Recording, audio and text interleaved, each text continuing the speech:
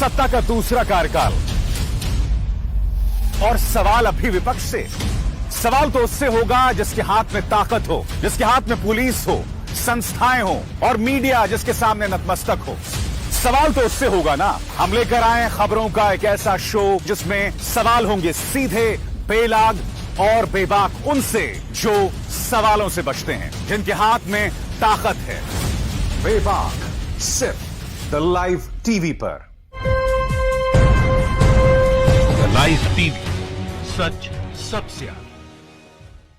नमस्कार, आप देख रहे हैं बेबाक। मैं अभिसार शर्मा। मोदी सरकार किसान को नहीं हरा सकती। वो अपनी मासूमियत से, अपनी ईमानदारी से तुम्हें हरा के रहेगा। तुमने क्या किया? इन तस्वीरों में तुमने सड़कों में कील गाड़ दी। अब वो क्या कर रहा है? वो उसी कील के पास में पौधे उगा रहा है। आज जब देश के सामने यह संदेश जाएगा इस कार्यक्रम के जरिए, तो आप मुझे बताइए, देश किसे विजेता मांगी? वो सरकार जो कि प्रोपेगेंडा के बल पे, ताकत के बल पे, अपने तंत्र के बल पे किसानों को दबाने का प्रयास कर रही है, या दूसरी तरफ वो किसान जो सिर्फ एक संघर्ष कर रहा है, एक आंदोलन कर रहा है ईमानदारी से, जो तुम्हारे द्वारा उगाए गए उन कीलों के साथ में इस तरह से पौधा उगा रहा है? बताओ ना, जीत किसकी हुई? मगर यह तो सांकेतिक बात हुई दोस्तों। आज इस कार्यक्रम के जरिए मैं आपको बतलाने वाला हूं कि किसान जीत रहा है और सरकार हार रही है। सरकार न सिर्फ हार रही है, बल्कि बुरी तरह से उसकी नाक कट रही है। और सरकार के अहंकार के चलते दोस्तों, दुनिया भर में देश की नाक कट रही है। वो मैं आपको बतलाने वाला हूं। और सरकार के पास क्या जवाब है?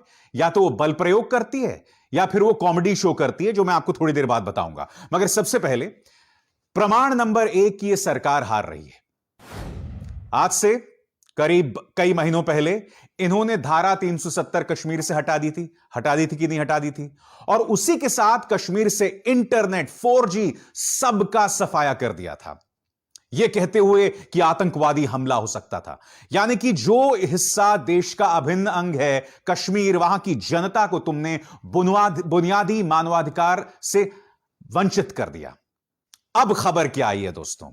खबर यह आई है जो आपके स्क्रीन पर है कि कश्मीर के अंदर फिर से 4G की बहाली हो गई है। आज मैं आपसे सवाल पूछना चाहता हूं, ऐसा क्या हो गया कि मोदी सरकार ने 4G की बहाली कर दी? ऐसी क्या रिपोर्ट आ गई कि अब आप कश्मीर में 4G की बहाली कर सकते हैं, कुछ महीनों पहले नहीं कर सकते थे? मैं आपको बतलाता हूं, मैं आपको क्रोनोलॉजी समझाता हूं। क्रोनोलॉजी यह है कि पहले किसान आंदोलन करता है, फिर तुम अपनी बिकी हुई पालतू मीडिया के जरिए उसे बदनाम करते हो, तुम्हारे वो तमाम पैतरे काम नहीं आते। फिर एक काली शक्ति रेड फोर्ट में किसानों के प्रवेश की इजाजत देती है, वहां पर निशान साहब का झंडा फहराया जाता है। फिर देश को एक झूठ बतलाया जाता है कि वहां पर तिरंगे का अपमान हुआ। फिर क्या होता है? उस पूरे प्रदर्शन में एक शख्स दिखाई देता है जिसका नाम दीप सिद्धू है। वो दीप सिद्धू जो यहां पर अमित शाह के साथ भी देखा जा सकता है, प्रधानमंत्री नरेंद्र मोदी के साथ देखा जा सकता है, भारतीय जनता पार्टी सांसद सनी देओल के लिए चुनाव प्रचार करते देखा जा सकता है। और वो आज तक, इस वक्त जब मैं आपसे बात कर रहा हूं, करीब 12 बज रहे हैं, इस वक्त तक वो शख्स गिरफ्तार नहीं हुआ है। और जबकि एनडीटीवी में आई इस खबर के मुताबिक आज ही 3 लोगों को गिरफ्तार किया गया, मगर उस शख्स को गिरफ्तार नहीं किया गया है। क्रोनोलॉजी में आपको बता रहा हूं आगे क्या होता है। आगे दुनिया में कई जाने पहचाने चेहरे, मसलन दुनिया की एक टॉप मोस्ट गायक रियाना कहती है कि हम दिल्ली में चल रहे किसानों के प्रदर्शनों की बात क्यों नहीं कर रहे, क्योंकि जो किसान वहां प्रदर्शन कर रहा था वहां पर भी इंटरनेट काट दिया गया था। ग्रेटा थनबर्ग आती हैं, यहां तक कि अमेरिकी विदेश मंत्रालय को भी दखल देना पड़ता है। फिर ये लोग क्या करते हैं? अपने पालतू सेलिब्रिटीज को लगा देते हैं एक सा ही ट्वीट करने। ठीक है, यानी कि क्या अक्षय कुमार, क्या सुनील शेट्टी, क्या अजय देवगन, क्या सचिन तेंदुलकर, एक से एक तमाम लाइन लगा के जो हैं खड़े हो जाते हैं इस सरकार के प्रोपेगेंडा को आगे करने के लिए। और फिर उसके बाद यह खबर आती है, क्या खबर आती है?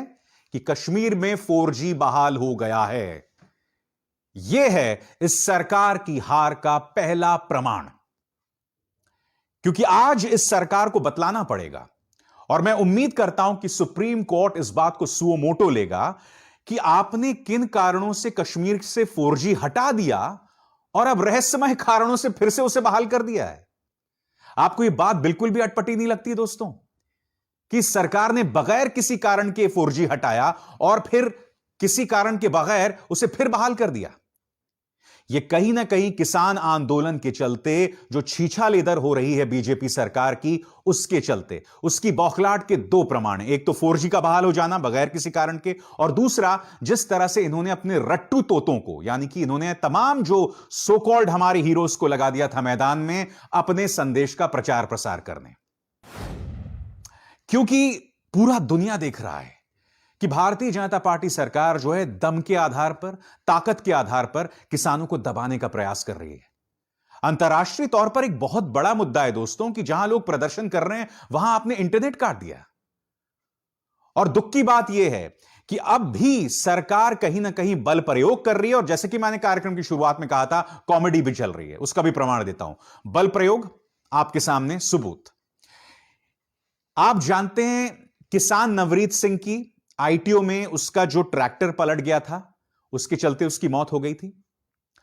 उसका परिवार पुलिस से मांग कर रहा था कि हम आपकी इस थ्योरी में विश्वास नहीं करते, इस मामले की सलीके से जांच हो, क्योंकि उसका परिवार उससे इत्तेफाक ही नहीं रखता था। और परिवार की थ्योरी को बल कोई और नहीं बल्कि विदेशों में बसे डॉक्टर्स दे रहे थे। गार्डियन की इस खबर के मुताबिक जो दावा उसका परिवार कर रहा था वो लगभग सही है। अब उस परिवार के साथ किया गया दोस्तों, जो किया गया है वो कल्पना से भी विचित्र है। इस खबर के मुताबिक नवरीत, जो कि अब जिंदा नहीं है, उनके परिवार के 2 सदस्यों के खिलाफ पुलिस ने केस कर दिया है। क्यों? क्योंकि नवरीत के शव को तिरंगे से लपेटा गया था। एक तो एक परिवार ने अपने बेटे को खो दिया और उसके बाद तुमने उन दोनों पर केस कर दिया। कहां मर गई तुम्हारे अंदर की इंसानियत? हाथरस में भी दोस्तों इसी तरह से रातों रात जिस बिटिया का दुष्कर्म हुआ था और फिर उसकी हत्या हुई थी, रातों रात इस सरकार ने उसका शव जला दिया और उसके अंतिम संस्कार में उसके मां बाप भी नहीं मौजूद थे। और अब तुमने उसी परिवार के खिलाफ केस कर दिया जिन्होंने अपने बेटे को तिरंगे से लिपटा था। और अगर यह गुनाह है तो मैं आपसे पूछना चाहता हूं, जब अखलाक की मौत हुई थी दादरी में और उसके हत्यारे, उसके जो हत्या में एक शख्स आरोपी था, जब उसकी मृत्यु हुई थी, इस तस्वीर के मुताबिक उसका शव भी तो तिरंगे से लिपटा गया था ना। और यही नहीं, उसकी अंत्येष्टि में, उसके अंतिम संस्कार में माननीय महेश शर्मा शामिल हुए थे। तो ये दोहरे मापदंड क्यों उत्तर प्रदेश पुलिस?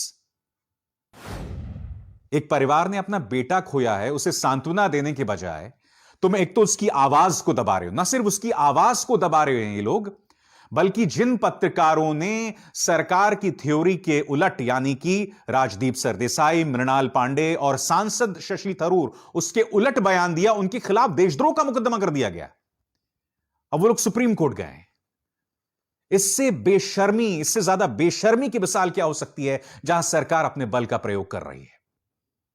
और इससे कहीं ना कहीं दुनिया भर में आपकी नाक कट रही है। और दुनिया ने देखा कि एक तरफ तुमने इंटरनेट काट दिया और फिर तुम किसान पर अत्याचार कर रहे हो। और हां, उस किसान के मरने का सिलसिला थम नहीं रहा है, अब भी उसकी मौत हो रही है। जिम्मेदारी किसकी है बताओ? और दुनिया ये देख रही है, सरकार जानती है, इसलिए उसकी जड़ें हिल रही हैं इस वक्त। वो इसलिए इस मुद्दे को लेकर बहुत ज्यादा असुरक्षित महसूस कर रही है।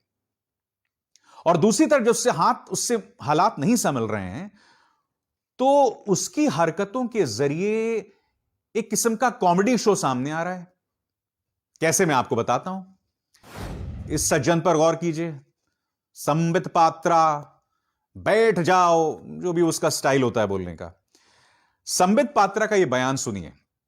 मगर वो बयान सुनने से पहले आप जानते हैं ग्रेटा थनबर्ग की उम्र 18 साल की है और रियाना, जिन्होंने ट्वीट किया था, उनकी पैदाइश शायद 1988-89 की है, 1988-1989। अब आप संबित की बात पहले सुनिए, फिर मैं उसकी चर्चा करता हूं। सुनिए। जब 84 के दंगे हुए, इनमें से किसी ने ट्वीट किया, हो सकता है उनका जन्म नहीं हुआ हो, मगर इनके जो इकोसिस्टम के लोग हैं, इनमें से किसी ने ट्वीट किया, किसी ने ट्वीट नहीं किया। जब कश्मीरी पंडितों को निकाला जाता है, मैं नहीं कह रहा हूं कि 3 व्यक्तियों का नाम, मगर ये जो इकोसिस्टम है, उनमें से किसी ने कश्मीरी पंडितों के ह्यूमन राइट्स के लिए ट्वीट नहीं किया। और मैं पूछता हूं, दिल्ली पुलिस के जो जवान थे, उनके हाथ कट गए, उनके ऊपर तलवार से आक्रमण हुआ, उनको कूदना पड़ा खाई के अंदर, किसी ने इनमें से तथाकथित ह्यूमन राइट एक्टिविस्ट है, किसी ने ट्वीट किया कि ये ह्यूमन राइट वायलेशन है? किसी ने ट्वीट नहीं किया। और आज Rahul and Rihanna are tweeting. यानी कि संबित के मुताबिक रियाना को 1984 में उन्होंने क्यों नहीं ट्वीट किया था, या कश्मीरी पंडितों का जो हाल है उस पर क्यों नहीं ट्वीट किया। दोस्तों, संबित पात्रा की इस समझदारी से जो लोग इंस्पायर्ड हैं, जो लोग इसके अंदर की मूर्खता को नहीं देखते हैं ना, इस बयान की मूर्खता को, मुझे उनकी तरस आता है अकल पे। 1984 में ना ग्रेटा थनबर्ग पैदा हुई थी, ना रियाना पैदा हुई थी, नंबर 1। नंबर 2, ट्विटर भी कब आया वजूद में? 2006 2007। यह आदमी खुलेआम प्रेस कॉन्फ्रेंस में ऐसी बातें कर रहा है, और वहां बैठे किसी पत्रकार ने उसे बतलाने का प्रयास नहीं किया कि माननीय शिशुपाल जी, संबित पात्रा जी, कृपया अपने द्वारा की गई नासमझी पर गौर कीजिए। इसलिए मैं कह रहा हूं दोस्तों, कॉमेडी शो चल रहा है और यही दुनिया देख रही है। और इन्होंने कश्मीरी पंडितों की बात की। मैं आपसे पूछना चाहता हूं, 7 साल से आप सत्ता में हैं, आपने क्या किया कश्मीरी पंडितों के लिए? कश्मीरी पंडित आज भी संघर्ष कर रहा है, आज भी वो अपना मुद्दा उठा रहा है। क्या वो वापस लौट पाया है कश्मीर? क्या वो श्रीनगर वापस लौट पाया? तुमने क्या किया बताओ?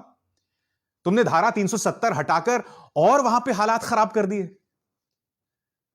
धारा 370 हटाना था तो पहले संवाद करना था ना कश्मीरियों के साथ, मगर तुमने और वहां हालात खराब कर दिए।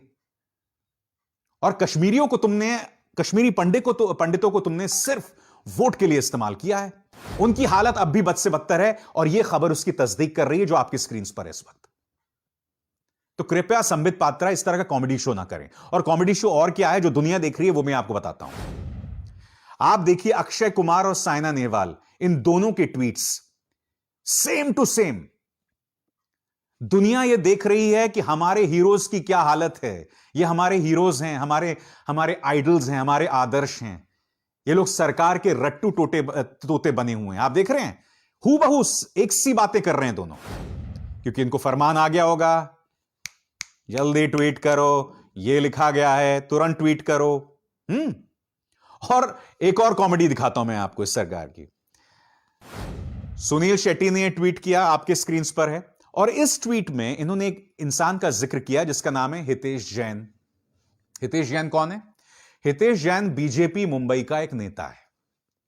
यानी कि जिसने कहा होगा कि अन्ना ट्वीट करो, इन सज्जन ने उसका नाम भी डाल दिया उसमें, जिससे पता चलता है कि ये जो हमारे तमाम सेलिब्रिटीज जिन्होंने ट्वीट किया, इनकी गर्दन, इनकी कॉलर कोई और नहीं बल्कि बीजेपी नेता पकड़ रहे थे। सुनील शेट्टी ने उस बात का पर्दाफाश कर दिया।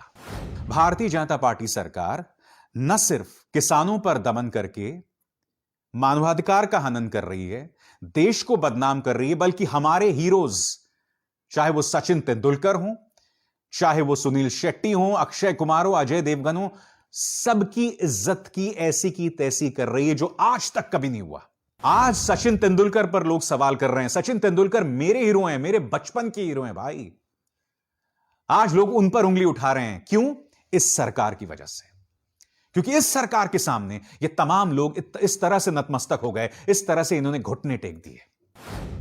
आज बेबाक में मैं आपको लगातार बता रहा हूं कि मैं आपसे क्यों कह रहा हूं यह सरकार हार गई है दोस्तों, या क्यों कह रहा हूं यह सरकार हार रही है। इसका एक और प्रमाण मैं आपको देता हूं। आप जानते हैं, कुछ दिनों पहले इस सरकार ने पेशकश किया था किसानों से। क्या पेशकश की थी? कि हम 18 महीनों तक इन 3 कृषि कानूनों को रोक कर रखते हैं और उसके बाद में उसकी चर्चा होगी। निजी तौर पर मेरा यह मानना था कि किसानों को वो मान लेना चाहिए था, क्योंकि उसमें कहीं ना कहीं सरकार ने उसे हमेशा के लिए ठंडे बस्ते में डाल दिया था। मैं आपको बतलाना चाहता हूं क्यों। क्योंकि 18 महीने बाद क्या होता? क्या आपको लगता है मोदी सरकार में हिम्मत होती उन कृषि कानूनों को लागू करने की? बिल्कुल नहीं होती। 18 महीने बाद आम चुनावों में सिर्फ 18 से 20 महीने बचते। आपको क्या लगता है मोदी सरकार 18 महीनों बाद फिर से वो कृषि कानून लागू करती? नहीं, क्योंकि यह सरकार सिर्फ वोट के मायनों में सोचती है। यह सरकार सिर्फ यह सोचती है कि भैया मैं चुनाव कैसे जीतूं। इसके दिमाग में सिर्फ वोट चलता है। गवर्नेंस तो गई 12 के भाव में। सरकार कैसे चलाना है वो जाए भाड़ में। मगर वोट कैसे हासिल करना इस सरकार की एकमात्र प्राथमिकता है। इसलिए 18 महीने बाद ये लोग नहीं लागू करते किसान के 3 कानूनों को। और यही नहीं, 18 महीने बाद क्या होता कि मध्य प्रदेश, छत्तीसगढ़ और एक तरह से कहा जा सकता है राजस्थान में कुछ ही महीने बचते चुनाव के, विधानसभा चुनाव के। तो आपको क्या लगता है 18 महीने बाद ये लोग लागू करते? नहीं करते। इसलिए मैं मान रहा हूं दोस्तों कि ये सरकार जो है हार रही है। और इसके जरिए सरकार का एक और झूठ सामने आता है। क्या झूठ? ये सरकार लगातार हमसे क्या कह रही है कि गिने चुने 2 राज्य हैं, एक ही राज्य है और इसी राज्य के किसान जो है प्रदर्शन कर रहे हैं, जो कि अपने आप में बहुत बड़ा झूठ है। क्योंकि इस आंदोलन में न सिर्फ पंजाब है, हरियाणा है और पश्चिमी उत्तर प्रदेश भी है, जहां के किसान बहुत मजबूती रखते हैं। तो सरकार तो पहली बात यही झूठ कह रही है। और अगर इस सरकार को लगता है कि अधिकतर किसान इस किसान बिल के पक्ष में हैं, तो फिर आप 18 महीनों के लिए क्यों उसे मुलतवी कर रहे हैं? क्योंकि अगर एक बार इन्होंने ठंडे बस्ते में डाल दिया तो मान के चलिए दोस्तों, 2024 तक ये कानून फिर से लागू नहीं होने वाले हैं। यह है इनके हार का पहला प्रमाण। अब आगे इस बात पर गौर कीजिए, सरकार क्यों हार रही है किसानों के सामने, उसका एक और प्रमाण। दोस्तों, हो क्या गया है कि 303 सीटें मिलने के बाद इस कदर भारतीय जनता पार्टी में अहंकार आ गया है कि वो सब हो गया जो पिछले 20-30 सालों में नहीं हुआ। अकाली दल और शिवसेना, ये 2 पार्टियां भारतीय जनता पार्टी के साथ अरसे से हैं।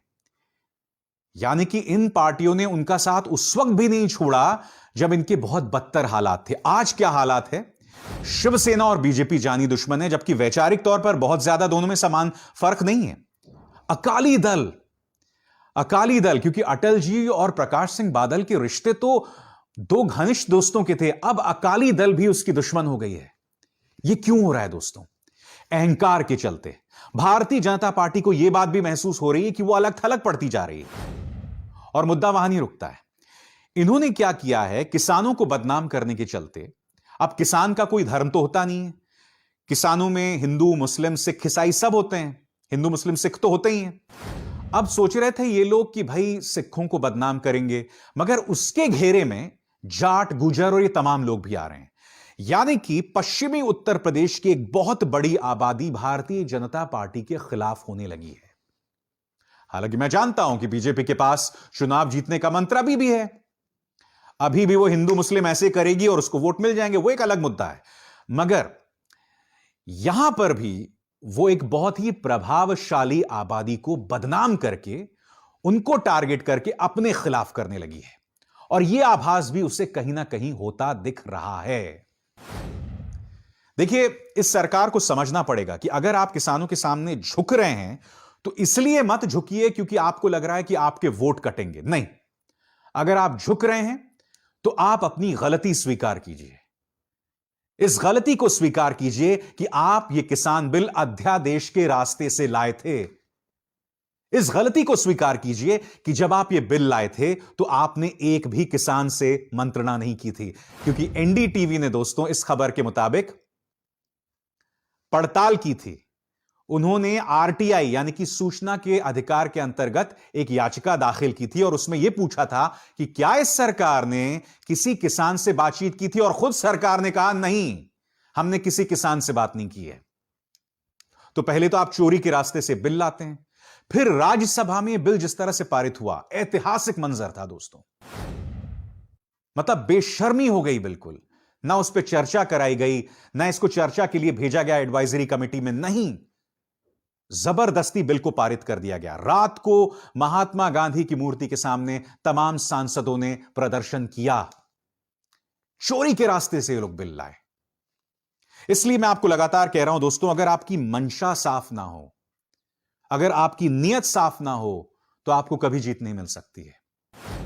आज नरेंद्र तोमर जो भी कह लें कि वो हमें कोई भी तर्क नहीं दे पाए, कोई भी हमें मशवरा नहीं दे पाए, मगर हकीकत यह है कि आप जिस मंशा से ये बिल लाए हैं वो बिल्कुल कायराना था।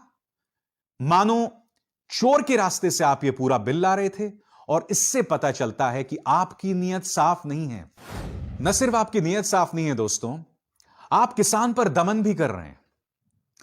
आर्टिकल 14 नाम का एक वेबसाइट है दोस्तों, इसके मुताबिक क्या आप जानते हैं कि जब से किसान आंदोलन शुरू हुए हैं 6 किसानों के खिलाफ इन्होंने देशद्रोह का मुकदमा किया है। यानी कि भारतीय जनता पार्टी के पास जब तर्क नहीं होते, जब संवाद का रास्ता नहीं होता, तो वो सीधे देशद्रोह जैसे मुकदमों का सहारा लेती है। ये देखिए, 6 केसेस किसानों के खिलाफ, पुलवामा के बाद 27 लोगों के खिलाफ देशद्रोह, नागरिकता बिल के खिलाफ जब आंदोलन चल रहा था तो 25 लोगों के खिलाफ देशद्रोह का मुकदमा, हाथरस गैंगरेप, उसमें भी 22 लोगों के खिलाफ देशद्रोह का मुकदमा।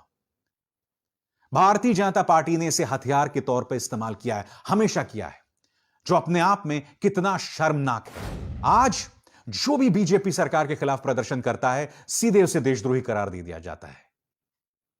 भारतीय जनता पार्टी को कहीं ना कहीं उस पर विचार करना पड़ेगा।